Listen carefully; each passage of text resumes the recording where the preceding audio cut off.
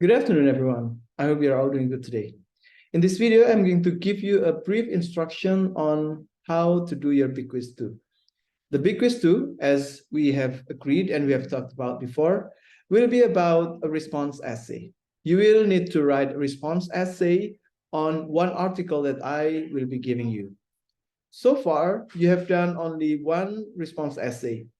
And the response essay that you did last week was on whether it is good or bad to travel after graduation.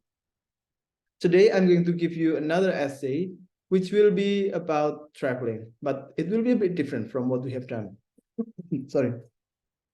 Now, in this big quiz, you will need to read an essay. After that, you will need to identify the elements of the essay and then present your opinion in general. But to make it clearer, let me now give you some brief description of what a response paper or response essay is. As you know from its name, response paper is supposed to show your response over something. And the thing is, well, an essay. You'll be responding to the argument. All right, now these are the elements of a response essay. First of all, you will need to have, well, the summary of a text. This is to show that you have read the text and you have understood the text. It will not be appropriate or it will not be believable to write a response over something that you don't understand. So the most important or the first thing that you have to show is your understanding of the text. So you need to make a summary of the text, and the summary should be very brief, 50 words or, well, 70 words or 100 words. That should be enough, okay? And after that, you will need to, well, break down the argument in that essay. An argument usually consists of the claim, the evidence, and the warrant.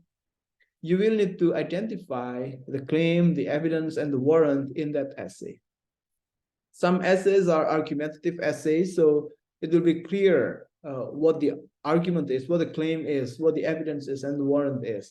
But some articles are maybe descriptive articles, which might not have a very clear claim, but still an article or an utterance usually argues for something, presents something, and that's the argument. Find the claim or the main idea, and then the support or the evidence, and the explanation or the warrant. Now, in addition to identifying the claim, evidence, and warrant, you will need to support that with quotations from the text. Sometimes the claims can be explicit or literal, but at other times, the claims are not literal. And that's where you need to interpret or infer. Now, however, although you infer from an article, you still need to present the original text or the quotes. So you will need a quote for the claim, a quote for the evidence, and a quote for the warrant.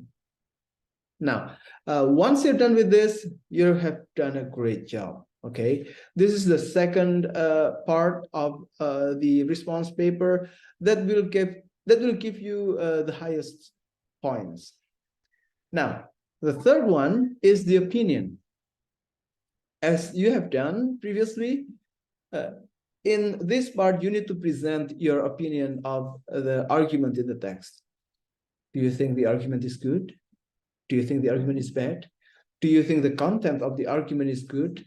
Do you think what the author argues for is believable? Or do you think it's disagreeable? So basically, you need to present your opinion. However, as always, you need to present your opinion with support, okay? You cannot just say, I don't agree to this. You will need to show which one you don't agree to, what does the author say, what does the author say about that, and then you present your opinion.